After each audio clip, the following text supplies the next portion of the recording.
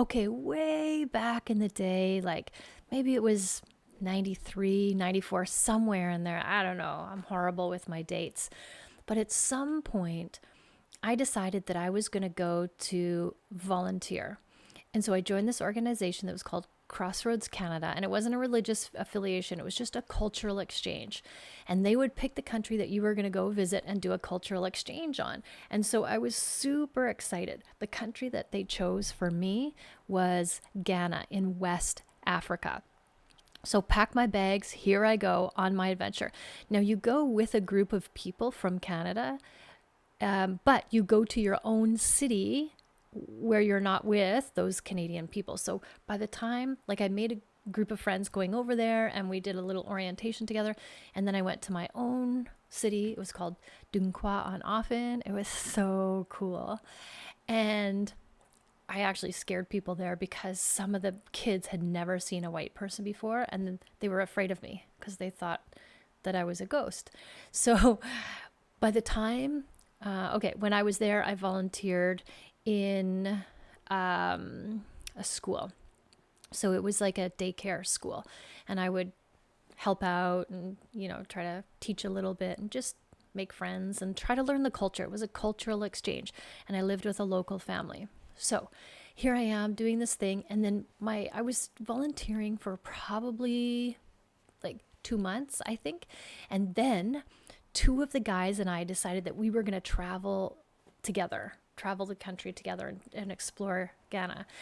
So we had made these travel plans. Everybody got to choose something that they wanted to do. And one of the adventures, I can't remember where we were going. I think to go on a boat or something. That's what one of the guys wanted to do. So we're traveling from A to B, and the guy we were traveling with made the plans, wasn't the best planner. I'm going to just go on record as saying, but we were getting from one place to another, and we didn't know. So this was, of course, before we had our cell phones and we could just Google everything and find out. We had to actually put some brain power behind it. And somehow we ended up kind of in the middle of nowhere. Now, I have a huge backpack on. We all have huge backpacks on. And we're on this road and it's just down the road. So we have to ask for directions. But the thing about asking for directions in Ghana is the people want to please you. So they will always say an answer that is a good answer. So if you'll say is it very far? They'll say, no, it's not very far. Even if they don't understand what you're saying, because they want to be giving you a good answer. Are we close? Yes, you're very close. Right? So we're like, can we walk it? Yeah, you can walk it. So we're walking down this road with our huge, heavy backpacks on. And it is the midday hot African sun beating down on us. And we're walking on this dirt road. And the more we go, and I felt like we went forever, the more tired we get, the hotter we get, the more thirsty we get. And we run out of water. So now we're in the middle of nowhere and we don't have a drop of water left. It is crazy. We think we're going to die. We stop and we're like, guys, we got to make a better plan because I don't think we're going to make it out of this alive. So what are we going to do? And as we're trying to figure out the plan that's going to save our lives, out of nowhere comes this little kid, just pops out of the bushes. So on either side, there's crops, and it goes for miles and miles, these crops. And this kid pops out of nowhere and he's like, hey, old Bruni, do you want some water? And old Bruni means white man. So he's like, hey, old Bruni, do you want some water? And we're like, oh my God, yeah, we do want water, but we don't know where the water's from. And if we drink the water, there's so many deadly parasites in the water. And even though we have pills to clarify it, it takes a while for the pills to actually clear the water. So we're like, damn, we can't take this water. We can't drink this water. So we very hesitantly said, I'm sorry, we can't drink your water. We can't take your water. And then he's like, fine. And then just disappeared into the crops again, and we never saw him again. And now here we are thinking we got to come up with a solution because this is where we are going to die. And we thought, let's just hitchhike. And there were no cars coming. And we thought it doesn't matter because we have to hitchhike. We have to get out of here. So we're willing to take that chance. So we hitchhike, and a couple of cars stopped. The ones that went by, they stopped for us, but they didn't have any room for us because there's 3 of us and we all have huge backpacks. And then all of a sudden down the road, we can see it coming from far away, and it's getting closer and bigger, is this huge tanker truck, 2 tanker trucks long, where, it's like the round one. So in Canada, we would put like milk in it or something like that. So it's a 2 round tanker trucks, one attached to the other. And this guy pulls over and he's like, "Where are you going?" And we're like, we said the name we're going. He's like, "Oh my God, that's so far. You need a ride." We're like, "We know." And he said, "We can't fit you. I don't have any room inside my truck. But what we can do is you can ride on top of the truck." And we thought, oh my God, this is the best idea ever, because this is going to save our lives. Then we're not going to dehydrate and die, shrivel up in the hot African sun in the middle of nowhere. And so literally with our bags, we climb up. There's a ladder attached to the tanker truck, and we climb up it, and that we have to lay on it so we don't fall off. And there's nothing to hold on to except for the opening where the diesel goes in. So it was a diesel truck, like carrying diesel for gas stations. And so all 3 of us are holding on to this. Well, we have our big backpacks that we're trying not to let go. It was so hilarious. And then as the truck starts going, we realize that the opening for the diesel, it doesn't have a cap on it. The cap got lost somewhere, which is, not a surprise. And as we're going down this bumpy road, diesel is spilling out all over the place, and it was just hilarious. Anyway, this guy saved our lives, and he got us to the next town where our next destination was. And we hopped down off the thing and thanked him, paid him for the ride.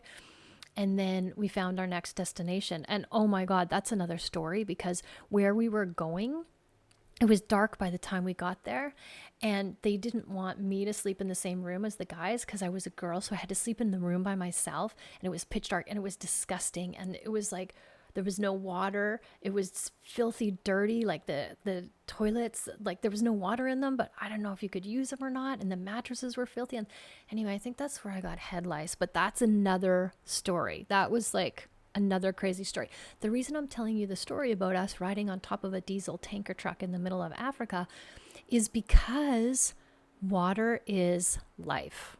Water is critical to our existence.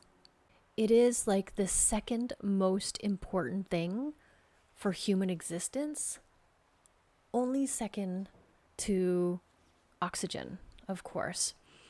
And I think that we as humans don't realize how important proper hydration is, and how many symptoms or how many issues that come up for us that are created by dehydration. The body loses 2.5 liters of water in a day. So just doing basic stuff, that's how much water we lose, and we have to get it back somehow.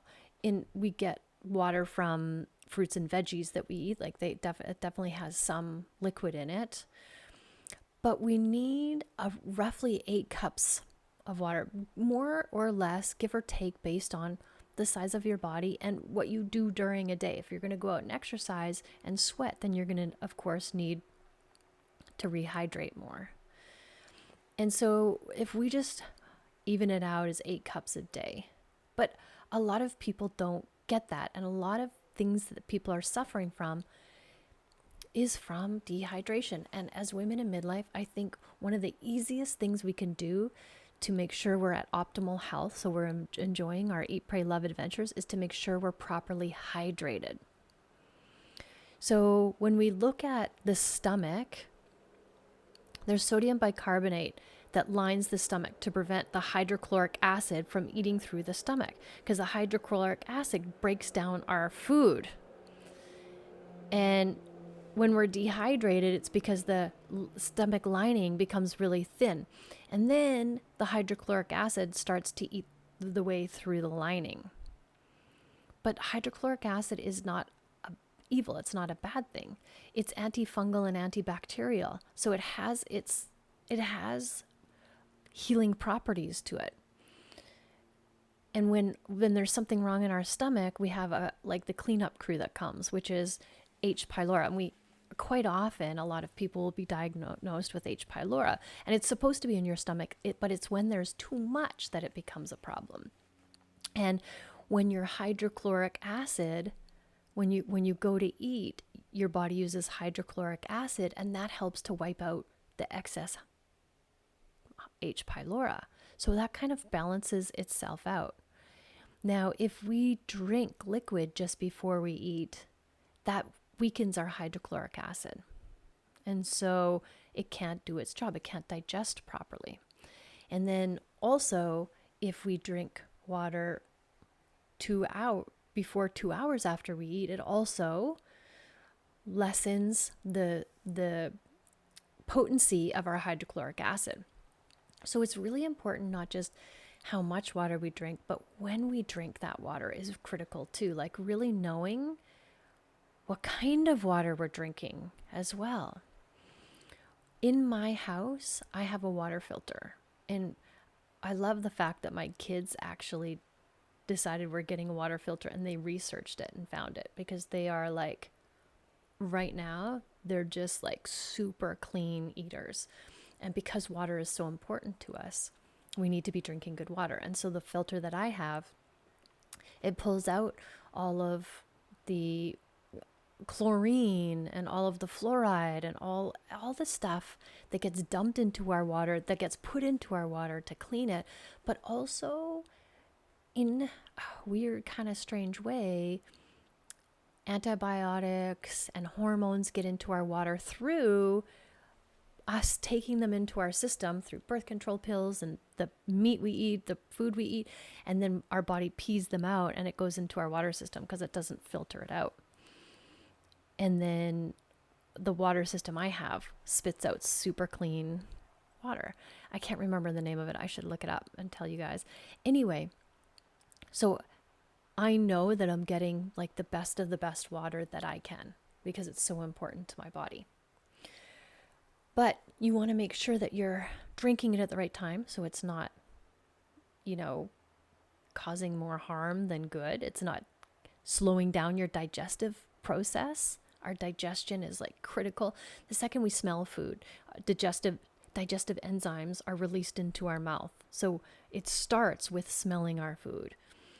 When we look at coffee, it would take 5 cups of water to make up for 1 cup of coffee, because it has a diuretic effect. Like it totally is water absorbing. So it is the opposite of hydrating when we drink coffee and pop. All of these things are dehydrating. And our brain is over 80% water. So our brain really depends on water to function, and our body is 75%. And so headaches are usually a sign of dehydration, which is not what is the first thing that we would think of. When you're trying to fix headaches, you want to make sure that you've had enough water, and you want to try to drink your water throughout the day. Break it up throughout the day, not have it all at once. I know for me personally, I have a hard time drinking enough water, so I now drink it in the form of tea, herbal tea, because it doesn't have any caffeine in it. And that counts as my water intake. And it's warm and it's yummy and it's so good. In the winter, it's hard to drink cold water for me. So that's what I use. And on another note, when we're talking about our gut, fixing our gut, slippery elm helps to soothe and coat and heal the lining of the gut. So if you have any gut issues, slippery elm is very, very helpful in that department. So what else do we want to talk about when it comes to water? There's so many things to talk about. But I think the most important part is when you're drinking water, a lot of people find that, and myself included, before I knew this was me, I would drink lots of water throughout the day, but I'd be running to the bathroom all day. I would be peeing as soon as I drank the water, and my legs would get swollen. And this is a sign that the water isn't getting into the cells. So this is something that I didn't know, and this is a game changer for me. So when we have our cells, there's like a double membrane, and the water needs to go through the membrane into the cell. And it needs minerals in order to do that. So seawater has 92 minerals. Seawater is 32% sodium and 50% chloride. And then it's got 92 minerals. So it is like nature's perfect salt. This is sea salt, not table salt. Table salt is bleached and stripped of all its minerals. It only has two harsh minerals, sodium and chloride. And if you injected those straight into like the blood, we as humans, we would die. That's how dangerous these are. That's how toxic these are. And that table salt also kills your taste buds. So you notice if you start to clean up your diet and stop eating table salt, that your food will taste better. Over time, your food will taste better because you're tasting what it actually tastes like.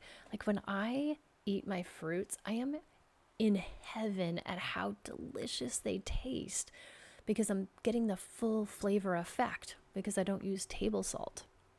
So this in and of itself is amazing to know. If you took like a fish tank and cleaned it out and used table salt to make it salt water again, all the fish would die because it's basically a toxin. So the highest concentration of mineral inside the cell is potassium, and outside it's sodium. And so we have these pumps that go, and they're trying to constantly like balance this out. All day they're just trying to balance it out. And then if too much sodium gets into the cell, it causes the cell to swell, and this is where high blood pressure comes from. So in order to balance this out, we want to make sure that our cell system, the way it's designed, can totally keep pumping and make the ratio of the potassium and sodium just perfect so that there's not too much sodium inside the cell, but there's just the right amount for the ratio to keep your cell at its normal size so that it can do what it needs to do. And the best salt for that is the Celtic sea salt. It is hand harvested by traditional Celtic methods. It has 82 minerals. 82 minerals.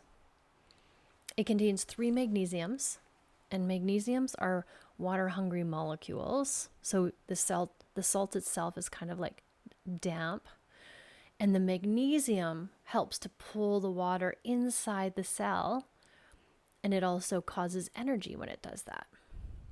And this is the difference between when you drink lots of water, like the amount you're supposed to, it going through you right away or going to your legs, or going inside the cell and being in the cell and creating energy. So if we don't have enough sodium, then the water can't get into the cell and it's just expelled. So another way to get calcium into the cell, because the calcium has to get in for the cell to do all of its functions that it needs, we need vitamin D. The best place to get vitamin D, of course, is sunshine. We need at least 20 minutes of sunshine without sunscreen on a day. That's key. And you want to have like lots of skin showing when you do that. And then glucose is used by all the cells for fuel. And glucose needs insulin to get into those cells. But the water can't even get in. Glucose can't get in. Glucose needs the insulin to get in, but it needs the cell to be functioning at its best. So we need the water to get into the cell. So when the water is forced into the cell, that's when high blood pressure happens. And high blood pressure can be the result of dehydration, malnutrition, vitamin D or mineral deficiency.